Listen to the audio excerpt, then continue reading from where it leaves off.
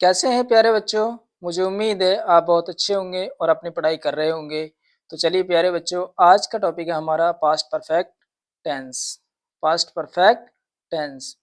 तो आपको आज समझाएंगे पास्ट परफेक्ट टेंस का यूज कहाँ करते हैं, कैसे करते हैं, क्यों करते हैं। तो समझिए, क्रमबद्ध क्रमबद्ध तरीके से चीज़ों को समझने का प्रयास करते हैं। तो पास्ट परफेक्ट टेंस का मतलब समझते हैं, पूर्ण भूतकाल। क्या मतलब होता है बच्चों? पूर्ण भूतकाल।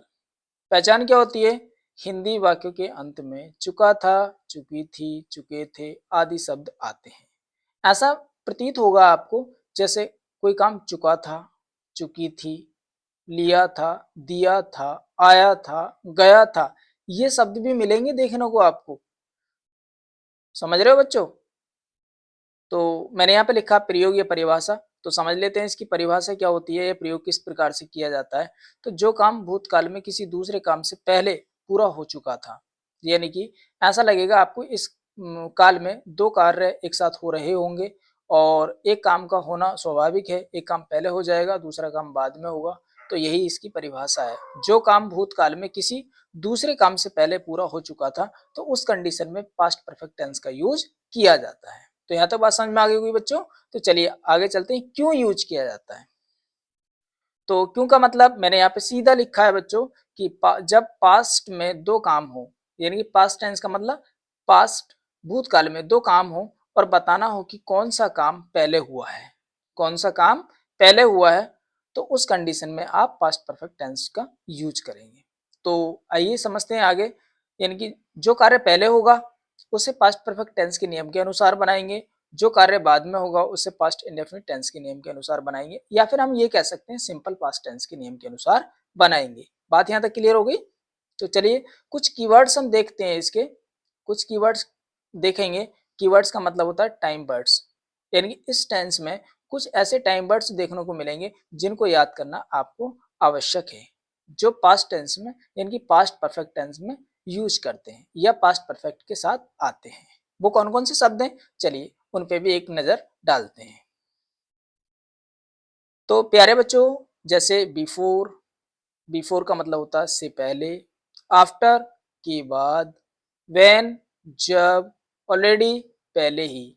तो ये चार शब्द आपको याद करने जरूरी हैं, यानी कि before, after, when, already. Clear हो गई? बिफोर, आफ्टर, व्हेन, ऑलरेडी, इनकी हिंदी भी मैंने मेंशन कर दी है। यानी कि बिफोर का मतलब से पहले, आफ्टर का मतलब बाद और व्हेन का मतलब जब, ऑलरेडी का मतलब पहले ही। तो ये चार शब्द आप जरूर याद कर लीजिएगा। चलिए बच्चों, अब वही क्रम अपना अफर्मेटिव सेंटेंस की तरफ चलते हैं। अफर्मेटिव सेंटेंस का मतलब होता है बच्चों सकारात्मक वाक्य। ये तो भली भांति आप जानते हैं और सभी सेंटेंसों में आपने इस तरीके से पढ़ाई है कि अफर्मेटिव, नेगेटिव और इंट्रोगेटिव और डब्ल्यूएच फैमिली टाइप। ठीक। तो सबसे पहले समझते हैं rule. Rule number 1, subject plus head plus verb की थर्ड फॉर्म प्लस ऑब्जेक्ट। यहाँ तक बात क्लियर होगी बच्चों? यानी कि सब्जेक्ट लेंगे, हेड लेंगे, वर्ब की थर्ड फॉर्म लेंगे और प्लस ऑब्जेक्ट लेंगे। लेकिन सबसे मजे की बात एक ये है कि इसमें ये कोई चक्कर नहीं है कि आई के साथ क्या लगाएं, वी के साथ क्या लगाएं, यू के साथ क्या लगाएं, दे के साथ क्या लगाएं और अन्य सब्जेक्ट के साथ सिंगुलर हो या प्लूरल हो क्या लगाएं, सभी के साथ हेड लगाना है। तो नो डाउट, एक टेंशन तो दूर। एग्जाम्पल देख लेते हैं। सिंपल एग्जाम्पल पहले देखेंगे हम। वह खाना खा चुका था। वह खाना खा चुका था। तो आपको सब्जेक्ट चाहिए, वर्ब चाहिए और ऑब्जेक्ट चाहिए सेंटेंस बनाने के लिए। तो ही, वह की अंग्रेजी ले ली, हेड आपको लेने लेना है और खाने की अंग्रेजी क्या होती है बच्चों? ईट। तो क्या बन जाएगा? ईटन। और फूड, खाना, यानी कि he had eaten food. He had eaten food, sentence बन गया। चलिए बच्चों, अब एक सेंटेंस ऐसा लेते हैं जिसमें टाइम वर्ड आपको देखने को मिलेगा। क्या मिलेगा बच्चों? Time word. तो टाइम वर्ड वाला सेंटेंस देख लेते हैं। चलिए आइए, जैसे मैंने ये लिखा है, ट्रेन ट्रेन निकल चुकी थी जब हम पहुंचे। ट्रेन निकल चुकी थी जब हम पहुंचे। तो the train had left when we reached. Train had left when we reached.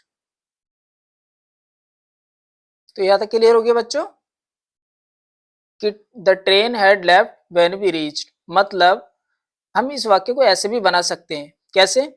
कि मेरे स्टेशन पहुंचने से पहले ट्रेन निकल चुकी थी। तो आपको पहले की अंग्रेजी क्या लगा देनी है? बिफोर लगा देनी है। क्या लगा देनी है बच्चों? बिफोर लगा देनी है। अब मैंने तो इस तरीके से बनाया ये सेंटेंस, ट्रेन निकल चुकी थी जब हम पहुंचे, तो मुझे जरूरत थी कि मैं वैन का यूज करूं। वैन, देखो दिखाई दे रहा बच्चों, ये लीजिए वैन, ये रहा वैन। ठीक, the train had left when be reached. चलिए बच्चों आगे समझते हैं और समझते हैं नेगेटिव सेंटेंस को। किसे समझते हैं? नेगेटिव सेंटेंस को। तो नेगेटिव का मतलब क्या होता है बच्चों? नकारात्मक वाक्य। यहाँ तक बात क्लियर हो गई होगी। जिसमें नॉट आ जाए तो रूल क्या होता है इसका? Subject plus head not plus verb की थर्ड फॉर्म प्लस ऑब्जेक्ट। तो सबसे पहले सब्जेक्ट की जरूरत पड़ती है, फिर हेड नॉट प्लस वर्ब की थर्ड फॉर्म प्लस ऑब्जेक्ट। अगर अदर वर्ड हो तो वो आप लास्ट में जोड़ सकते हैं।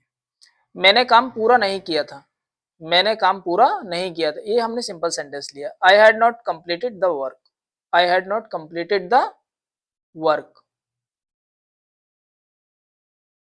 बात क्लियर हो गई?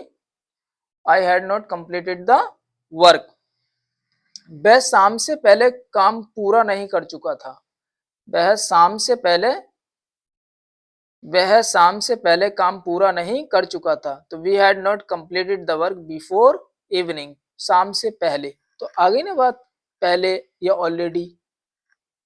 तो यहां पर हमने लगा दिया we had not completed the work before evening. हम बारिश शुरू होने से पहले घर नहीं पहुंचे थे। तो जो काम पहले होगा उसे पास्ट परफेक्ट टेंस के नियम के अनुसार बनाएंगे, और जो काम बाद में होगा उसे सिंपल पास्ट टेंस के नियम के अनुसार बनाएंगे। तो ये सेंटेंस बताओ, हम बारिश शुरू होने से पहले घर नहीं पहुंचे थे, कौन सा काम पहले हो रहा है? हम बारिश शुरू होने से पहले घर नहीं पहुंचे थे, यानी कि इसका मतलब बारिश शुरू हो गई, क्या हम घर नहीं पहुंचे? तो we had not reached home, हम घर नहीं पहुंचे बिफोर द रेन स्टार्टेड। हम बारिश शुरू होने से पहले घर नहीं पहुंचे थे, तो we had not reached home before the rain started. चलिए बच्चों अब आगे समझते हैं इंट्रोगेटिव। आज आवाज थोड़ी सी गड़बड़ हो रही है, पता नहीं क्या हो गया। इंट्रोगेटिव सेंटेंस का मतलब होता है प्रश्नवाचक वाक्य, प्रश्नवाचक वाक्य। तो आप लोग पूरी एनर्जी के साथ पढ़िए। मेरी आवाज थोड़ी सी आज गड़बड़ा रही है, पता नहीं क्या हो गया। रूल नंबर थर्ड क्या है? Head plus subject plus verb की थर्ड फॉर्म प्लस ऑब्जेक्ट और लास्ट में क्वेश्चन मार्क। समझ में आ रही बात? क्या तुम शिक्षक के आने से पहले प्रश्न हल कर चुके थे? Had you saved the had you solve the question before the teacher arrived. इस तरीके से सेंटेंस को बना देंगे। एक ही सेंटेंस लिया है मैंने, फिर लिया है यहाँ पे डब्ल्यू एस टाइप का। तो डब्ल्यू एस टाइप देख लीजिए बच्चों। शिक्षक के आने से पहले तुमने क्या किया था? शिक्षक के आने से पहले तुमने क्या किया था? तो what had you done before the teacher came, come came come, इनकी सेकंड फॉर्म। तो अब इस तरीके के वाक्य जब बनाएंगे ना, तो आप जब भी कभी क्या, कब, क्यों, कैसे, अगर ये आ जाए तो सबसे पहले अंग्रेजी आप उसकी लेकर आएंगे। तो पहले हमने व्हाट की अंग्रेजी ले ली, उसके बाद हेड लिया, उसके बाद सब्जेक्ट, उसके बाद वर्ब, उसके बाद आफ्टर या बिफोर। सेंटेंस के अनुसार देख लेना, जो काम पहले हो रहा है उसे पास्ट परफेक्ट टेंस के नियम के अनुसार, और जो काम बाद में हो रहा है उसे पास्ट इंडेफिनिट के नियम के अनुसार बनाएंगे सेंटेंस को। बात क्लियर हो गई? क्या उसने लंच करने के बाद टीवी देखा? क्या उसने लंच करने के बाद टीवी देखा? तो ये सेंटेंस देखना है आपने। Did she watch, did she watch TV after she had eaten lunch? Did she watch TV after she had eaten lunch? बात क्लियर हो गई?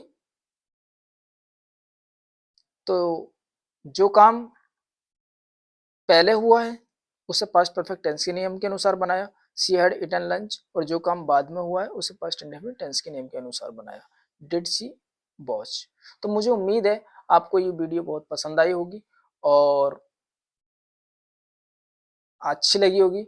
तो इसी प्रकार आप वीडियो में बने रहिए। अगर आपको अच्छा लगता है तो चैनल को सब्सक्राइब करिए, लाइक करिए। अपने इस प्यारे से यूट्यूब चैनल का नाम है क्या? English credible.